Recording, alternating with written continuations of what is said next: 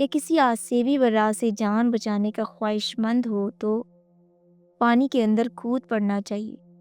انسانی بھیڑیا خون آشام، چمگادڑیں یا بدروہیں چلتا ہوا پانی عبور نہیں کر سکتی۔ خوش قسمتی سے وہ دریا کے رخ پر ہی بھاگا تھا۔ ٹھنڈی ہوا کے جھونکے نے اسے بتایا دریا زیادہ دور نہیں۔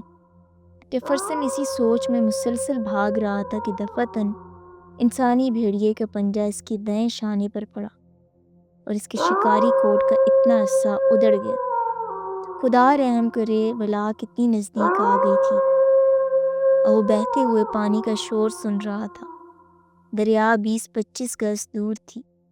جیفرسن نے آخری قوت داؤ پر لگا دی اور دھڑپ سے یک بستہ پانی میں کود گیا۔ دفعتاً اس نے بھی جیفرسن کو دیکھا اور آگے بڑھ کر اپنا دایاں پنجہ پانی میں ڈال لیا، مگر فوراً اچھل کر یوں پیچھے ہٹا گویا اسے بجلی کا کرنٹ لگا ہو۔ دیر تک جیفرسن کے کانوں میں انسانی بھیڑیے کی چیخنے کی آوازیں آتی رہیں۔ اس کے ہوش آواز غائب اب بھی تھے۔ وہ پانی کے بہاؤ پر تیزی سے آگے جا رہا تھا، لڑکتا، بل کھاتا، مڑتا، قلابازیاں کھاتا۔ یاد آیا کچھ فاصلے پر 70 فٹ کی گہرائی میں دریا کا پانی آبشار بناتا ہوا گرتا ہے، اور اگر وہ جلد سے جلد کنارے پر نہ پہنچا تو دنیا کی کوئی قوت اسے آبشار میں گرنے اور چٹانی پتھروں سے ٹکرا کر پاش پاش ہونے سے نہیں بچا سکتا۔ اس نے دل ہی دل میں خدا کو یاد کیا اور دوسرے کنارے پر پہنچنے کی جدوجہد شروع کر دی کہ اچانک انسانی بھیڑیے کی صورت اس کی آنکھوں کے سامنے رقص کرنے لگی۔ اس نے سوچا ممکن ہے اس کی زندگی کے کچھ ہی دن ابھی باقی ہوں اور شاید اسی لیے وہ انسانی بھیڑیے کا شکار ہونے سے بچ گیا ہے۔ ممکن ہے قدرت مجھ سے کوئی کام لینا چاہتی ہے۔ آبشار میں گرنے کے بعد بھی شاید میں زندہ رہوں، اگرچہ اس کا موقع 100 میں سے ایک بھی نہیں۔ اس نے بہتے پھر دوسرے کنارے کی طرف دیکھا اور مایوس ہو کر آنکھیں بند کر لیں۔ وہ بے حد تھک چکا تھا۔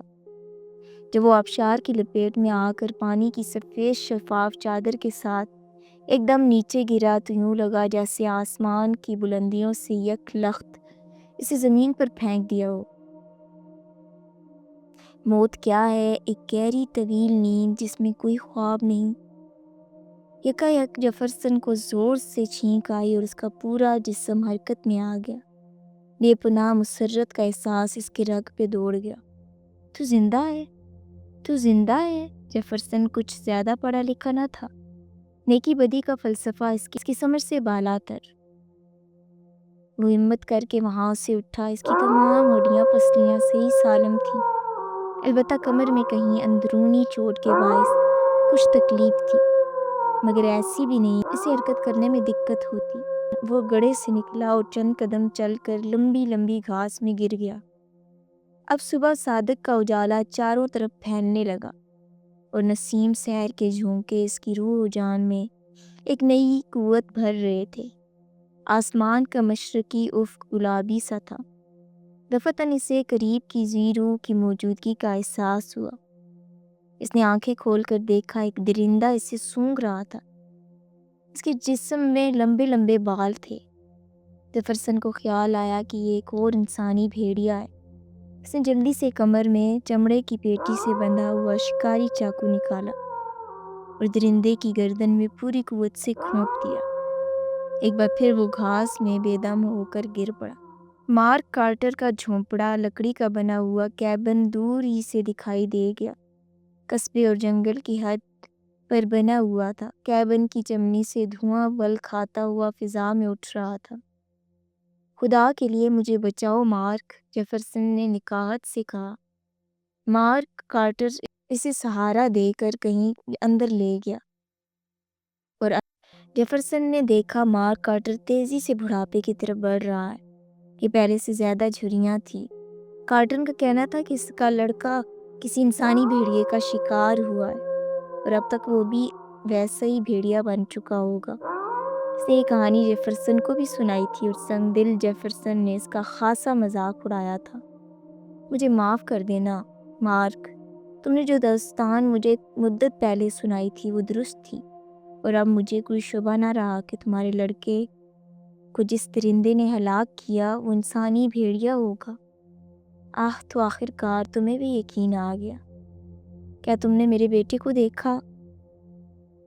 ہرگز نہیں، جیفرسن نے جواب دیا۔ میں قسم کھا کر کہہ سکتا ہوں کہ تمہارے بیٹے ہی کا چہرہ تھا، ویسی ہی پیشانی، ویسی ہی آنکھیں اور ویسے ہی دہانہ۔ کارٹر اٹھ کر کھڑا ہو گیا اور بے چینی سے کیبن میں ٹہلنے لگا۔ تم کہتی ہو کہ تم نے 2 بار گولی چلائی، دونوں مرتبہ گولیاں اس سے لگیں مگر وہ نہیں مرا۔ ہاں، یہ عجیب بات ہے کارٹر کئی زمانے سے سوار ہے، گویا آج سے 110 برس پہلے۔ جیفرسن چلایا۔ ہاں، 110 برس پہلے، اور اتنی مدت گزر چکی ہے کہ انسانی بھیڑیے کی شکل میں یہ بلا ہم پر مسلط ہے۔ فکر مت کرو دوست، ہم دونوں جنگل میں چلیں گے اور اس بلا کو ختم کر ڈالیں گے۔ اب مہربانی کر کے اپنی دادی کا روز نامچہ سناؤ، آگے کیا لکھا ہے؟ کارٹر نے آنسو پونجے اور ایک بار پھر اس کتاب پر نگاہیں جما دی۔ اس کا ہاتھ بری طرح لرز رہا تھا۔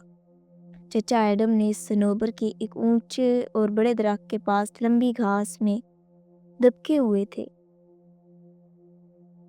جنگل میں ایک جادوگر ہلاک کیا تھا۔ وہ جادوگر کالے علم کا ماہر تھا۔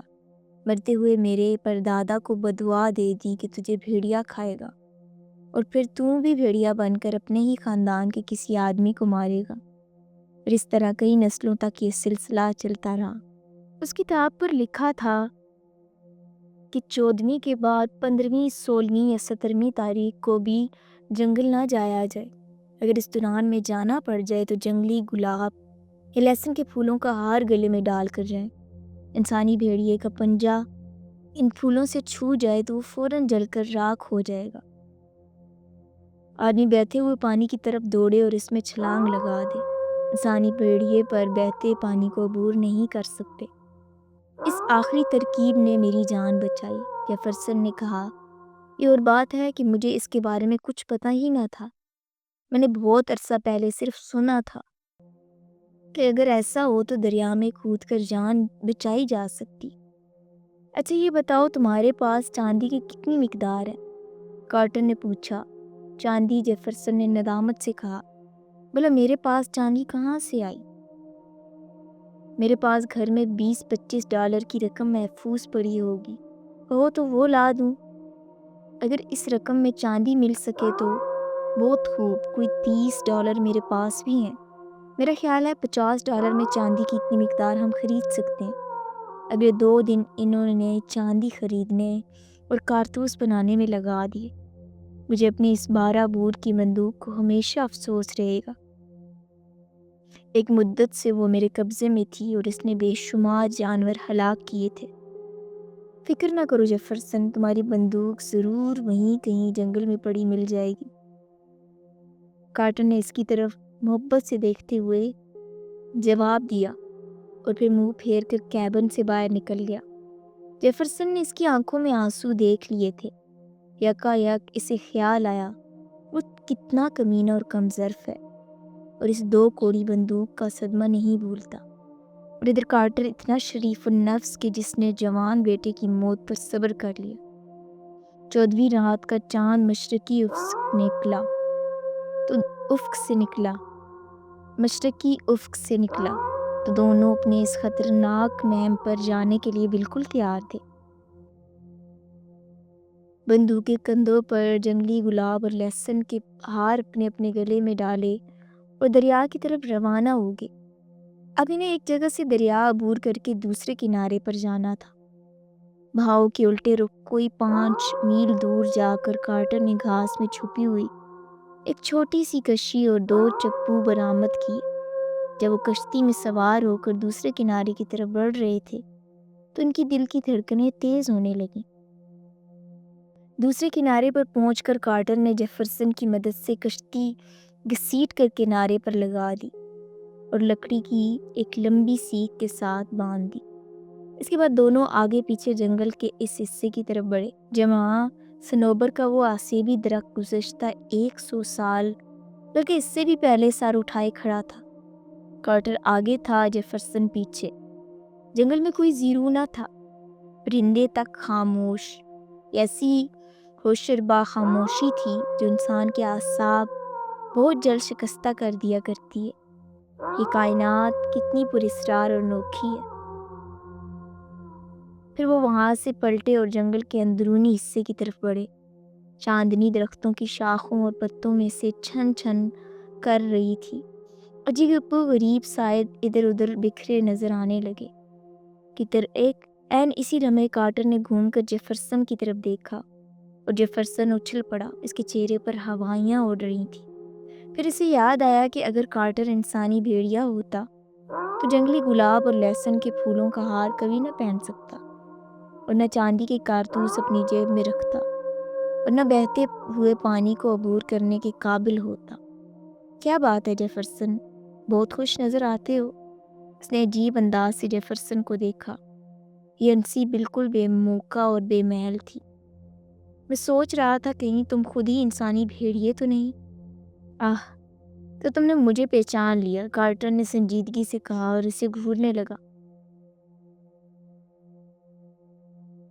اب وہ درختوں کے اس جھنڈ کی طرف پھونک پھونک کر قدم رکھتے ہوئے بڑھ رہے تھے۔ جیفرسن نے انسانی بھیڑیوں کو پہلے دیکھا تھا۔ فاصلہ تھا کہ ختم ہی ہونے میں نہ آتا تھا۔ یوں بھی وہ آہٹ پیدا کیے بغیر چل رہے تھے۔ تاریکی کا سینہ چیرتے ہوئی ایک ہولناک آواز جنگل میں اٹھی۔ ان دونوں کے دلوں پر ایک خاموشی طاری ہو گئی اور لرز اٹھے۔ یہ انسانی بھیڑیے کی چیخ تھی۔ انہوں نے ایک حرکت کرتا ہوا جسم کوئی 50 فٹ کے فاصلے پر دیکھا۔ ایک جسم اور قومی بھیڑیا تھا جو گھاس میں دبکا ہوا تھا۔ لیوک میرے بیٹے، کارٹر کے منہ سے بے اختیاری الفاظ نکل گئے۔ انسانی بھیڑیے نے ایک اور دل سوز چیخ ماری، گھراتا ہوا گھاس میں سے نکلا اور سیدھا کارٹر کی طرف آیا۔ اس کا انداز جارحانہ تھا۔ جیفرسن نے جھرجھلی لی۔ یہ وہی انسانی بھیڑیا تھا جو اس کے تعاقب میں آیا تھا۔ کارٹر نے نہایت سکون سے بندوق سیدھی کی، نشانہ لیا اور گولی چلا دی۔ گولی بھیڑیے کی کھوپڑی پر لگی۔ وہ الٹ کر گرا۔ اس کی چیخوں اور گھراہٹوں سے شجر و حجر کانپنے لگے۔ کارٹر اور جیفرسن دونوں لاش کی طرف دوڑے۔ ابھی وہ جھک کر اسے اچھی طرح دیکھنے بھی نہ پائے تھے کہ وہیں جھاڑیوں میں دبکا ہوا ایک اور درندہ ان پر لپکا۔ یہ بھی انسانی بھیڑیا تھا، لیکن اس کی شکل اور جسامت پہلے بھیڑیے سے کہیں زیادہ ڈراؤنی اور بڑی تھی۔ جیفرسن فائر کرو، کارٹر چلایا۔ انسانی بھیڑیا ان سے صرف چند قدم کے فاصلے پر تھا۔ جوں ہی جیفرسن کی بندوق چلی اور گولی بھیڑیے کے دل میں لگی، وہ الٹ کر گرا اور ایک ثانیے کے اندر ٹھنڈا ہو گیا۔ خدا کی پناہ، مجھے اس کا خیال ہی نہ تھا، کارٹر نے کہا۔ یہ وہ خبیث تھا جس نے میرے پیارے بیٹے لیوک کو ہلاک کیا اور اسے اپنی ایجنٹس میں شامل کر لیا۔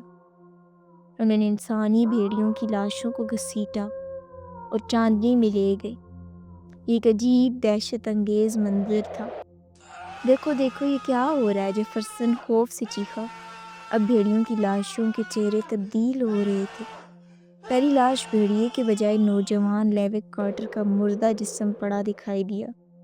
وہ پوری انسانی لاش تھی اور اس میں بھیڑیے کے کوئی آثار نظر نہ آتے تھے۔ کارٹر نے اپنے جوان بیٹے کی پیشانی پر جھک کر ایک بوسہ دیا۔ اس کے دونوں رخساروں پر آنسوؤں کے قطرے ڈھلک رہے تھے۔ پھر اس نے اپنے گلے سے جنگلی گلاب اور لہسن کے پھولوں کے ہار اتارے اور مردہ بیٹے کے گلے میں ڈال دیے۔ بھیڑیے کی دوسری لاش بھی تھوڑی دیر بعد ایک انسانی لاش میں بدل گئی۔ ایک بوڑھا جنگلی شخص کا چہرہ سیاہ اور جھریوں دار تھا۔ ہاتھ پیر سوکھے اور مڑے ہوئے تھے۔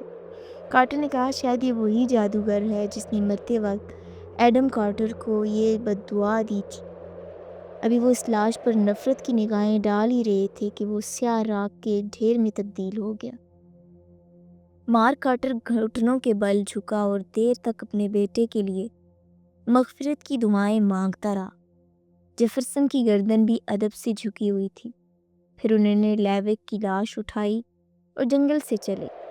جب وہ دریا کے کنارے پہنچے اور کشتی پر سوار ہوئے صبح صادق کا اجالا مشرقی افق سے ایک نیا دن طلوع ہونے کی خوشخبری دے رہا تھا، اور اس طرح انہوں نے خوفناک بھیڑیے سے